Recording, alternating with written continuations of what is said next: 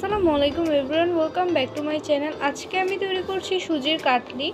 চুলায় একটি প্যান বসিয়ে দিচ্ছি 2 টেবিল চামচ ঘি, দিচ্ছি 1 কাপ সুজি।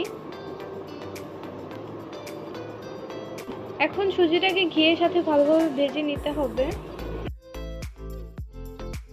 দিচ্ছি অল্প পরিমাণে লবণ, দিচ্ছি হাফ চা চামচ এলাচের গুঁড়া, দিচ্ছি হাফ কাপ খেজুরের গুড়, আপনারা চাইলে চিনিও দিতে পারেন। এখন এগুলোকে আবার নেড়েচেড়ে মিশিয়ে নিচ্ছি। দিচ্ছি 1/4 কাপ পাউডার দুধ। সুজিগুলো ভাজা হয়ে গিয়েছে, দিচ্ছি 1 কাপ দুধ। দুধগুলো দিয়ে অনবরত নেড়েচেড়ে যেতে হবে।